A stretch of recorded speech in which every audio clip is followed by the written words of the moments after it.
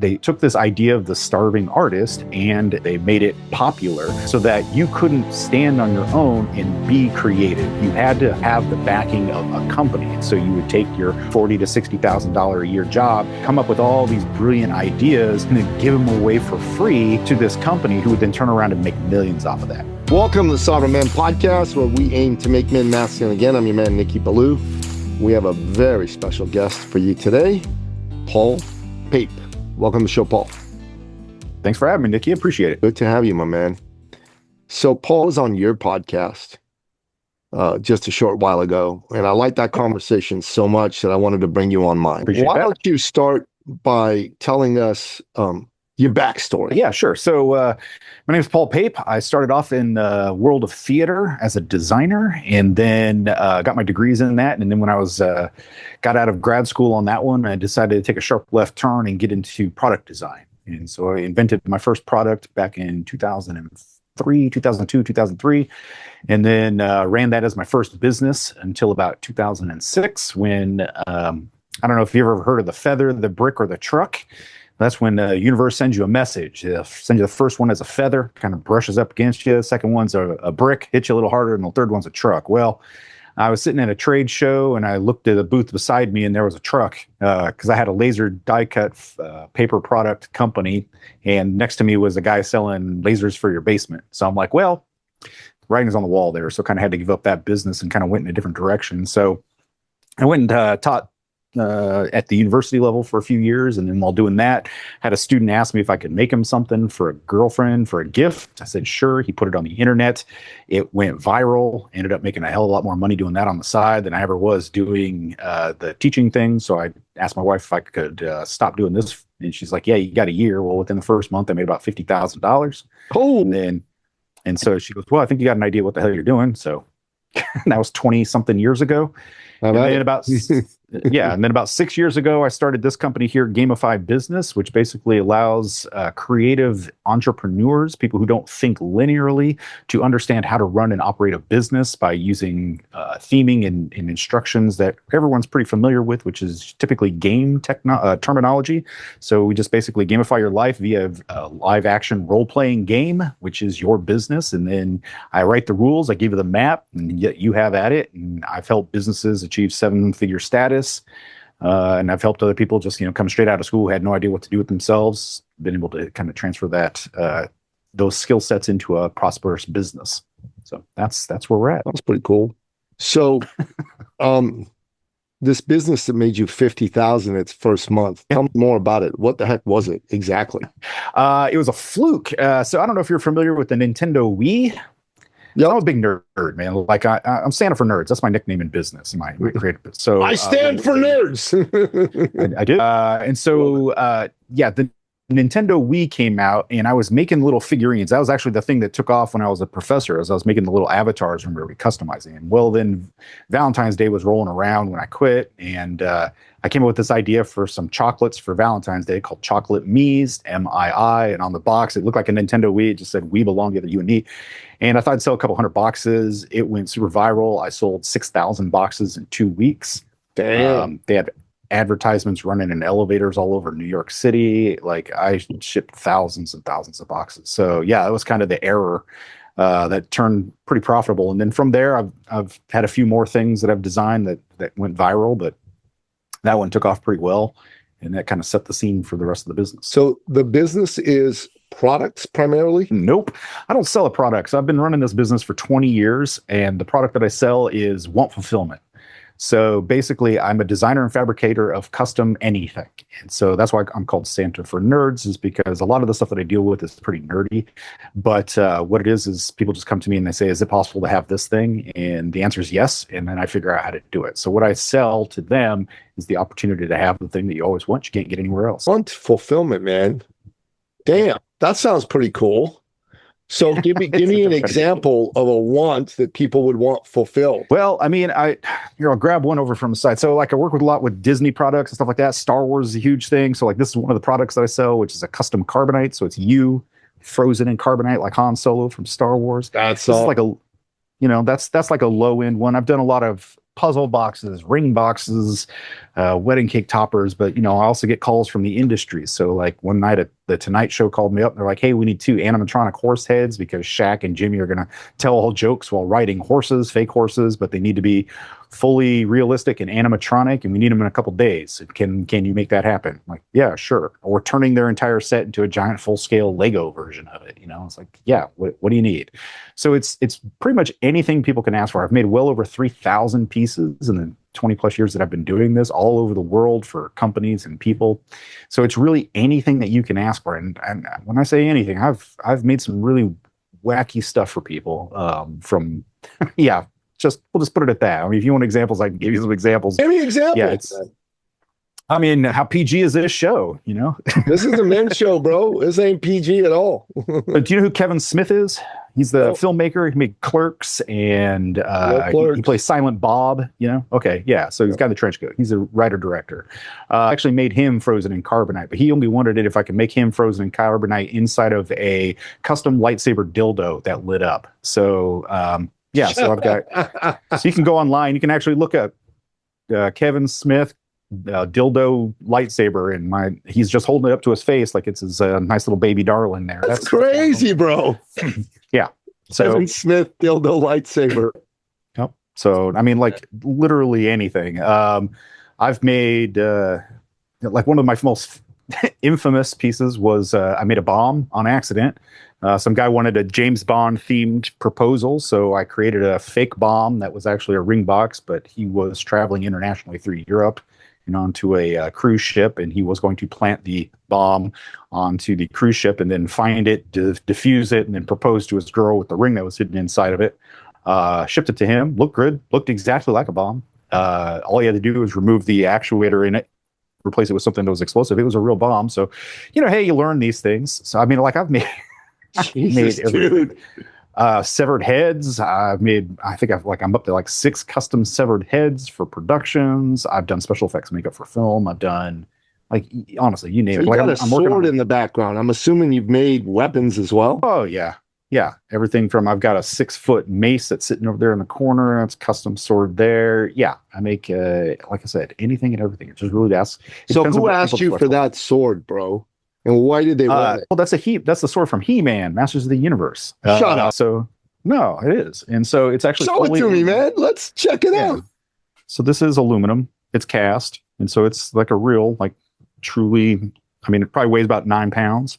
Wow. Yeah. So yeah, but yeah, that's good for wrist workouts, eh? Twirling around. But yeah, it'll fuck you up. Yeah, but I've also made custom lightsabers. I mean, yeah, you just whatever people are interested in. So I'm a fan of custom. You showed me that, yeah. I have a couple of dudes I know who make custom knives for me, and they've made some crazy stuff for me, man. And you were showing me the Damascus one on my shelf. Yeah. That one's pretty cool. So, Buddy also made me like a kitchen knife. He calls it the Tacti Chef. So it's a kitchen knife that looks like a tactical knife. I mean, it's pretty crazy, bro. I went to this high-end restaurant in Toronto. I met this dude, Mike Davitt. He owns a restaurant called The Butcher Chef. Okay. So The Butcher Chef is a really beautiful high-end restaurant with cuts from all over the world. You could have Argentinian beef. You could have Spanish beef, you name it. The cheapest cut of beef there is $100, and it goes up from there, like significantly. Eat our steak. Mike personally, the owner personally came to our table, and he had this ornate fucking box, just gorgeous, lacquered. And then he opened it, and inside were these steak knives, and they were Damascus steak knives with this beautiful wooden handles, and some Japanese dude had made these steak knives custom for his steakhouse. And nice. Each knife was $800. So it was a $3,200 4-knife set plus the cost of the box. So I go to my buddy, the custom knife maker. I go, yo, dude, I took a picture. I sent it to him. I said, can you do this? Can you make this for me? He says, I've never done a steak knife before, but how hard can it be? Sure, I can do it. We came up with a price. He did it. He made the box.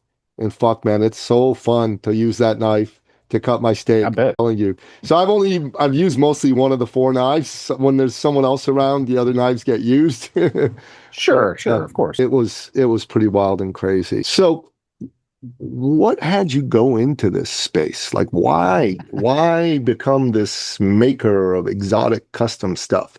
It's a little hot in here, so I'm just going to lose the thing. No. Yeah, you're good, man. So why get into it? Well, I had to do something with all the training that I had, and I've always been a guy who likes to tinker. I'm an idea generator, like, and it doesn't stop. Like I could be sleeping and come up with 10 new ideas. And so it's like, what's the best way to do it? I also have a really random skill set, coming up in theater as a designer, and I worked in the shop for many years. That kind of stuff, just like one week you're building custom cakes, the next one you're lighting things on fire for pyro. It's like you just get a really weird skill set, and there's not a lot of application for that running a 9 to 5 job. And so I was like, well, what can I do with what I have here? And one of the great lessons that you learn in theater is a phrase in improv called yes and. Yes, you never say no. Yeah, you don't say no. And so when people come up to me and they're like, hey, can you do this? The answer is never no. It's always, yeah, let me think about it. Yes, and I'll figure it out.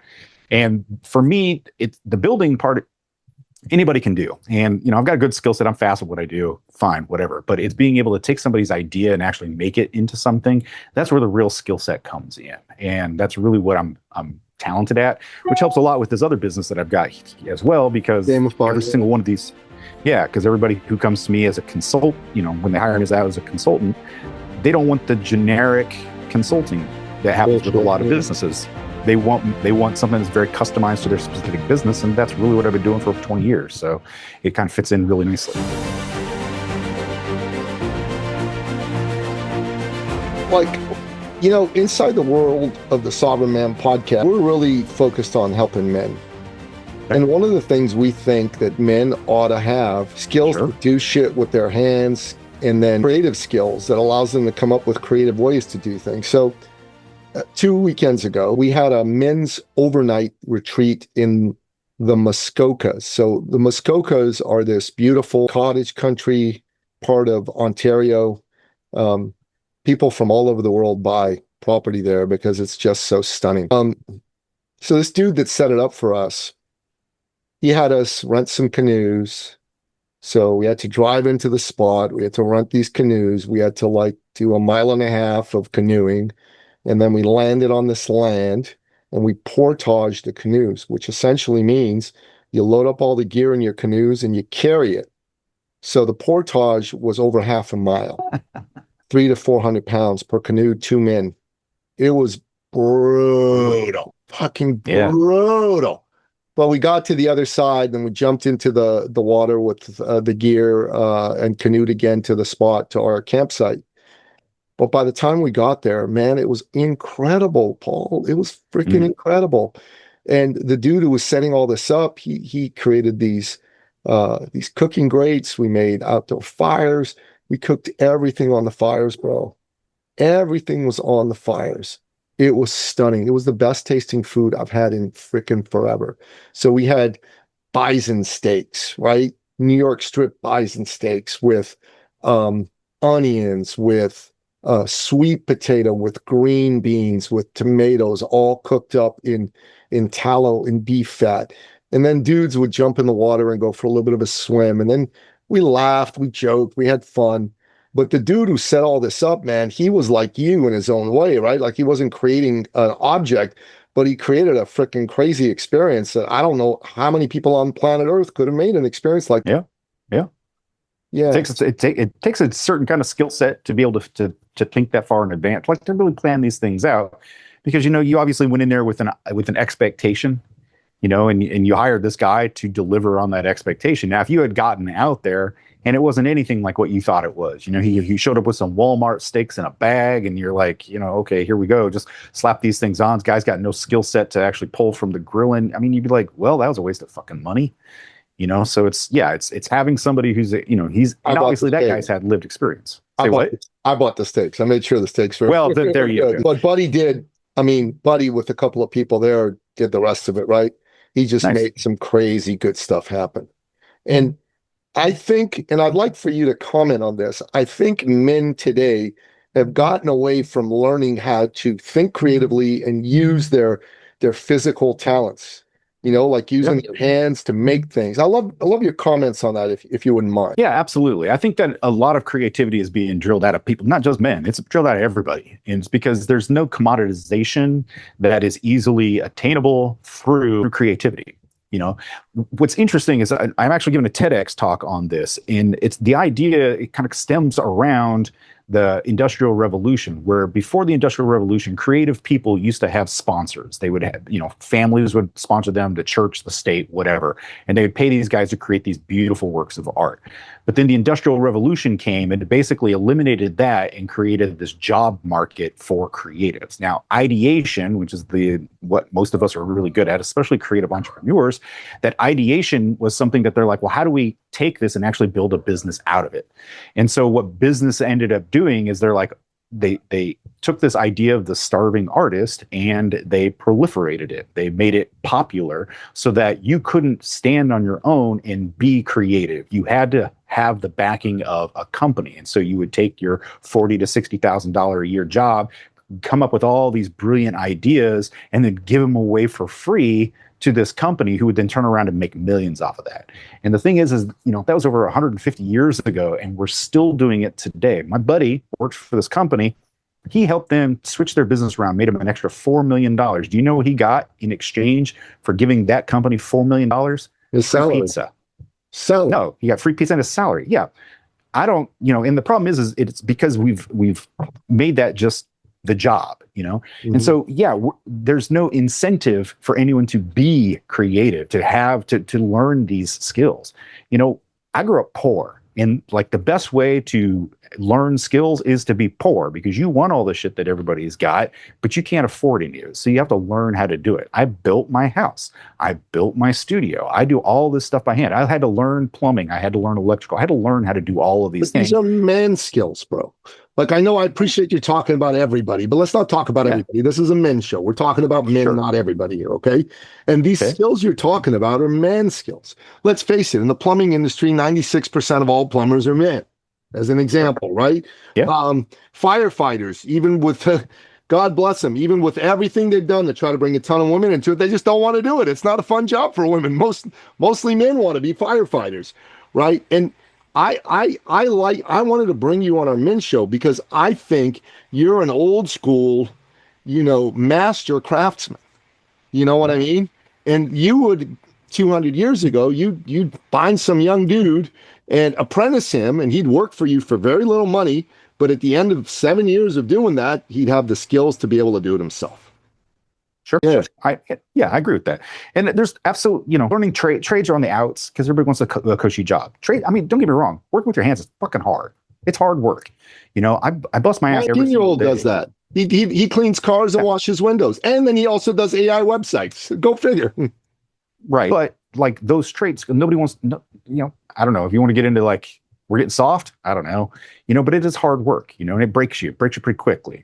And so you've got to find something that, you know, if you got to find the passion within the thing that you want to do. So yeah, absolutely. Like being creative with your hand, ownership of your own business, of what you do, becoming a master tier in something. Yeah, it's absolutely becoming a lost art. We really need to bring that back, because if you look around us, our infrastructure is falling apart because nobody wants to do those jobs, you know? Fewer people are doing those jobs, but it's interesting, man. Like around me, my 18-year-old son's doing that. The man who runs my men's group with me, ARPA, he owns a landscape architecture firm, so he's doing that. I told you when we spoke last time that I have a client who runs a painting company, and he's also creating a coaching program for getting young men into trades, and a coaching program to show people how to get business from realtors, because he gets a lot of business from realtors. So he's got a painting company. I know another painting dude. I know a dude who owns a moving company. You know, I know a dude who's an arborist, so he freaking plants trees and beautifies them. I know you. So I got a shit ton of dudes around me, man, who got some serious trade-like skills. So in my world, I'm like, I see a lot of people that are doing trades. You know what I'm saying? Sure. Yeah. Yeah. But it is a dying breed, unfortunately. It is. You know, fuck, I'm 50 years old, man. Like, at most. I appreciate that. Work hard at it. But like, I've got kids. I got a 19-year-old and a 15-year-old, you know, and I'm out here teaching them to, you know, work with their hands, be something, you know, find something good. But, you know, all of their friends, it's like, you know, you guys can go out, ride bikes, do whatever, you know, go hunting out in the woods, go, you know, whatever. Nah, nah, we're going to say, it's too easy to monetize your life without having to get dirty. And, unfortunately, we need to get more dirty. Well, I think people who want to get into trades right now have a big opportunity in front of them. People who want to use their man skills have a huge opportunity. Like my boy does car detailing and window washing. And I'm telling you, he's getting business, man. He goes and knocks on doors in the neighborhood and people go, oh, yeah, okay, sure. Sure. You can clean my car. Absolutely. It's crazy, man. It's crazy. It's especially if you're good at it. Yeah. So, see, I think what you do is very important, very special because few people do it. I mean, I think you're one of one in the world for what you do specifically, but I think you as an example of what can be done is pretty great for men that are doing physical work with their hands or are considering doing that. You're a good example for young men. You know what I mean? Yeah. And I think the thing is like really like the skill set is that I have is really like the training was niche, very, very selective in but what I'm doing with it is not niche. It is wide open because I'm allowing myself to continue to learn. I don't think there's a day that goes by that I don't learn how to do something new because I want to constantly add to my toolbox, which is what allows me to stay relevant with all of these companies that I work for. And I'm talking, I work for multi-billion-dollar companies because they'll hire me out. Unfortunately, a lot of it shit's under NDA, so I can't talk about most of them, but develop it really, it's a reflection of something that I'm interested in. If I wasn't really digging what I do, and everybody's got that thing that they're really interested in. My middle kid's really interested in music, not necessarily playing it, but he's got this ear for it. And I'm like, you need to get in, you find your niche into that thing, so you can like live that life. And it's the same thing everywhere. Find that thing you're really interested in, really double down, triple down on that stuff, and just become the expert in it. And let me tell you, it's not hard these days to become an expert. You don't need a formal education. School of Hard Knocks will do it just as well. Just go out there and don't be afraid of failing. Failing is the best opportunity to learn. So don't look at it as a stop. Look at it as a step. Step on to the next thing and just keep moving forward with it. My 20-year-old son, when he finished high school, he was all set to go to university, and he started working for a fitness coaching company. And a month and a half into it in the summer, he said, Dad, I'm not going to school. I'm going to do this. And he said, how'd you feel about that? And I'm like, at first, I'm like, but he said, look, he pitched me. He said, Dad, you're going to save 30 grand a year. I'm like, okay. And he also said, I'm probably going to learn more from this. So we'll do it for a year and then we'll revisit. By the end of the year, he made 50 grand that first year, 18 years old, 19 years old. It was good. And year two, kid's making more money, bought his own car cash, helps his mom out financially. God bless him. He's kick-ass. He's kick-ass. Yeah. My 18-year-old son, he's working. He's working every day. He's out there. He's marketing. He's selling. He's making money. He's pushing himself forward. Like, I got to tell you, man, these kids are better at it than I was when I was their age. I wasn't that much into stuff. I was probably a little too pampered. Less pampered now, but I definitely was pampered back in that stage. And when I see a man like you doing what you do, first of all, thank you for doing what you do because you're an example to all men. And secondly, I think it's important because young men in particular can look at a man like you and go, I can become successful using my hands. I don't need to be somebody who goes out there in the world and, goes along to get along, especially in the woke marketplace of today, just to get myself a job. If I learn skills and those skills are valuable, people are going to want to work with me. And that's what matters to me. I get to be independent. I get to have my own thoughts. I get to do things that make me feel proud and fulfilled. Right. And you're an example of that.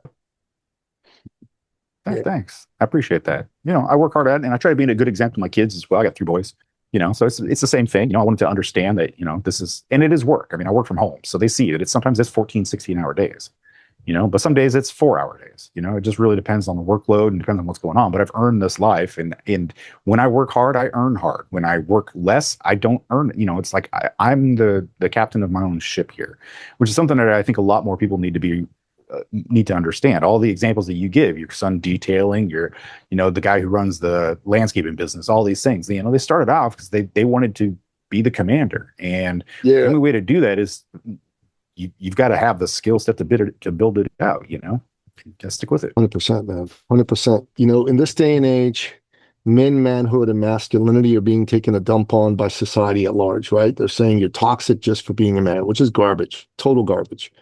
They're doing boys a disservice. They're doing girls a disservice. They're doing mothers and fathers a disservice by doing that. The reason why I exist and my podcast exists and my men's organization exists is because we are pushing back hard against that and saying, look, it's great being a man. It's great being a boy. And these are the things that make being a man valuable to society and valuable to humanity. And one of the key things that makes it valuable to humanity is when there are men that are out there doing the work, being a good example of being a provider, but also being a good example of being creative and using their hands and developing and utilizing man skills out there in the world. I think that's great. I think what you do inside your business to help your creatives is equally great.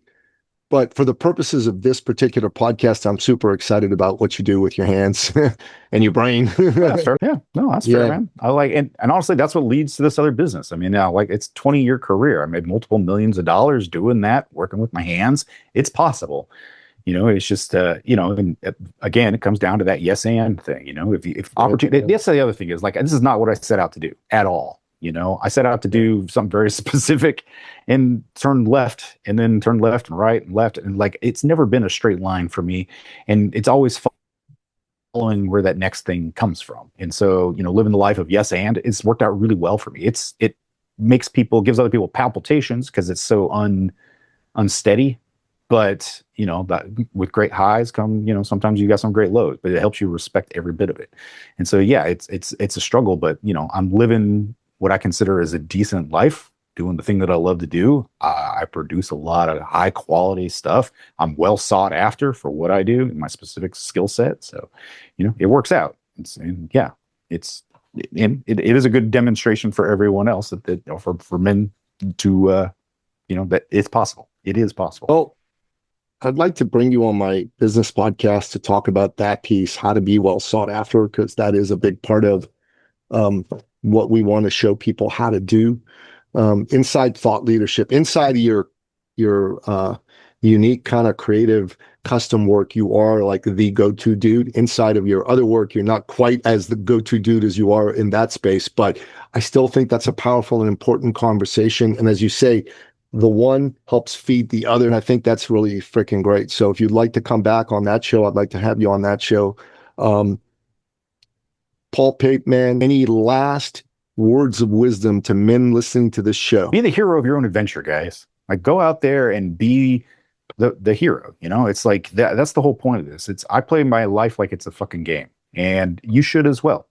Play your life like it's the game that you can win, but just also know that there are other people playing as well. So you're not the only person playing this game, but you can be the hero of your own adventure. Be the hero of your own adventure, man. That's pretty cool, dude. You've come up with a few good turns of phrase here. Yes, and be the hero of your own adventure. Powerful stuff. Paul, I enjoyed having you on the show. Thank you for sharing your wisdom and your skill set. And thank you for giving the men that listen to us something to think about. Because at the end of the day, iron sharpens iron. That's the phrase from the Bible. Iron sharpens iron. And the way that works is when there is somebody who is a sharp blade comes to you, just goes like this, with the ideas they share with you, with the challenges they throw your way. And that's how you sharpen in life. Yeah. Iron sharpens iron. Thank you for listening to the Sovereign Man Podcast. If you're ready to take charge of your life and become the man you've always wanted to be, we invite you to join the movement at sovereignman.ca.